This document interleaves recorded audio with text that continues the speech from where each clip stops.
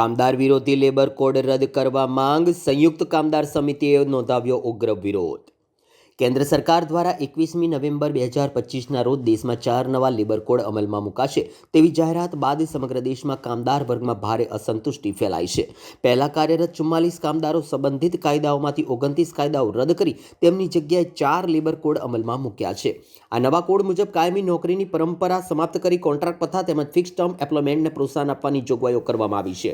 ત્યારે કામદાર સંગઠનોના મતે આ બદલાવ કામદારોની નોકરીની સુરક્ષા અને હક્કોમાં ઘટાડો કરે છે।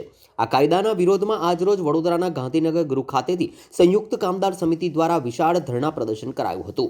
વિવિધ ઉદ્યોગો સંગઠનો અને મજૂર સંગઠનોના પ્રતિનિધિઓ મોટી સંખ્યામાં આ વિરોધમાં જોડાયા હતા અને નવા લેબર કોડને કામદાર વિરોધી ગણાવી તેને રદ કરવા માંગણી કરી હતી। આજે 21 તારીખના રોજ સડનલી ગવર્મેન્ટે એક 4 લેબર કોડને લાગુ કરવાનો આદેશ જારી કરી દીધો। કોઈ પણ સેન્ટ્રલ ટ્રેડ યુનિયનના લીડરો સાથે ડિસ્કશન કર્યા વગર અને આની બહુ સારી જે ઇફેક્ટ છે, સાઇડ ઇફેક્ટ જે બહુ સારી ઇફેક્ટ છે એની પબ્લિસિટી શરૂ કરી દીધી। Actually totally anti labour code છે। એના માટે કોઈ જાગૃતિ લાગવા માટે કે એના માટે કોઈ સ્ટેપ ગવર્મેન્ટે લીધા નથી। જેમ કે ગવર્મેન્ટ એમ કહે છે કે 1 વર્ષની અંદર 1 વર્ષ થશે તો એમને ગ્રેજ્યુટી મળશે, પણ સાથે 11 મહિનાના કોન્ટ્રાક્ટ પર લોકોને રાખવાના નિયમો જાહેર કર્યા। હવે 1 વર્ષ થશે જ નહીં તો એમને કઈ રીતે 1 વર્ષ થશે જ નહીં તો એમને કઈ રીતે ગ્રેજ્યુટીનો બેનિફિટ મળશે? 50 માણસ હશે તો જ તમારે લાયસન્સ લેવાનું છે, પછી લાયસન્સ લેવાની જરૂર નથી। પહેલાં 20 માણસ ઉપર લાયસન્સ લેવાનું હતું, તો હવે જો લાયસન્સ જ લેવાનું હોય તો એને કામદારનું નિયમોનું પાલન કઈ રીતે કરાવશે? 100 માણસ સુધી રિટ્રેચમેન્ટ બેનિફિટના તમામ બેનિફિટ આપવા એવું ગવર્મેન્ટ તરફથી નિયમ હતા। સરકારે અચાનક જાહેર કર્યું કે હવે 300 માણસ હશે તો જ રિટ્રેચમેન્ટ બેનિફિટ મળશે, તો તમને રિટ્રેચમેન્ટ બેનિફિટ બી મળવાના નથી। અને એમાં 90% ઇન્ડસ્ટ્રીઝ આજે એટલું બધું ઓટોમેશન છે કે 300થી વધારે કામદાર ઘણી બધી 90% ઇન્ડસ્ટ્રીઝમાં નથી।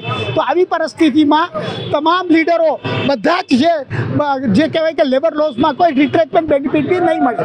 આ રીતે તમામ જે કહેવાય કે એન્ટી લેબર આ કોડ છે એનો વિરોધ કરવા માટે આજે અમે સડનલી 26 તારીખે નક્કી કરી તમામ સેન્ટ્રલ ટ્રેડ યુનિયને, અને આજે એના સંદર્ભમાં અમે આંદોલન રાખ્યું છે। આંદોલન પૂરું થયા પછી 3 વાગે અમે કલેક્ટરને મેમોરન્ડમ આપીશું।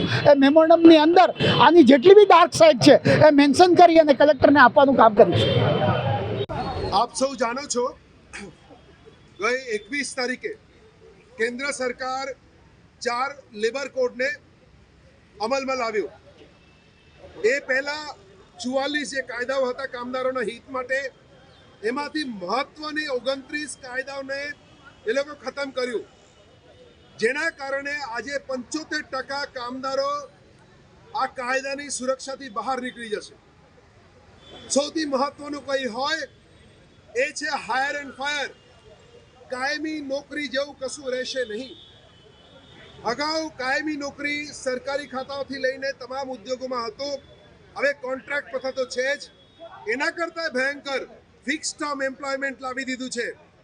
એટલે જે ટર્નર, ફિટર, વેલ્ડર એ બધા છે, મેશિનિસ્ટ છે, એ કડિયા કે મજૂરોને જેમ નાકે ઊભા રહેશે અને એમને 2 મહિના 3 મહિના માટે કામમાં લેવામાં આવશે।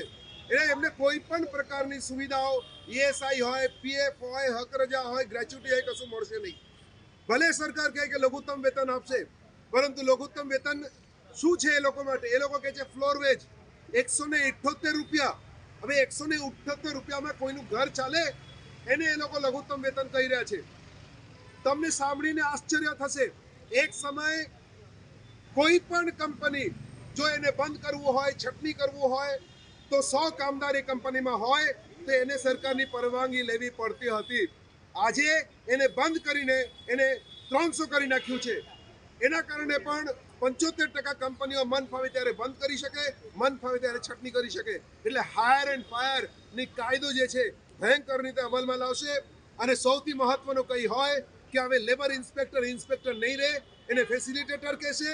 જેઓ કોઈ પણ તપાસ માટે નહીં જઈ શકે, જો ગાંધીનગરથી ઉપલા અધિકારી એને આદેશ આપે તો જ એ તપાસ કરશે, નહીં તો માલિકો પોતાના પીઠ થપથપાવશે પોતે પોતાના ગીત ગાશે અને પોતે પોતાને સર્ટિફિકેટ આપીને કહેશે કે અમારે અહીંયા બધું સરખું ચાલે છે, એને કહેવાય સેલ્ફ સર્ટિફિકેશન. આ તમામ કાયદાઓ કામદાર હિત વિરોધી છે. તમે જોઈ રહ્યા છો કે છેલ્લા 5 વર્ષની અંદર ગુજરાતમાં અસંખ્ય કામદારો અકસ્માતમાં માર્યા ગયા છે, કોઈ તપાસ નથી. હમણાં જ અમે સાયકા ગામમાં જઈ આવ્યા છે ભરૂચ પાસે, ત્યાં પણ કામદારોની બેહાલી જોયા છે. કોન્ટ્રાક્ટર હવે 50 કામદાર હોય તો જ એને લાયસન્સ લેવાનું થાય, એટલે મોટા ભાગના કોન્ટ્રાક્ટર લાયસન્સ વગર કામ કરી રહ્યા છે. આ પરિસ્થિતિને રોકવા માટે અમે આજે આ ધરણા કરી રહ્યા છે અને સરકારને કહેવા માંગીએ છીએ કે આ જે કાળા કાયદા તમે લાવ્યા છો કામદાર વિરોધી રદ કરવામાં આવે. અહીંયા ધરણા છે. ધરણા પત્યા પછી અમે કામદાર સંગઠનનો આગેવાનો કલેક્ટર મારફતે આવેદનપત્ર અમે વડાપ્રધાનને મોકલીશું.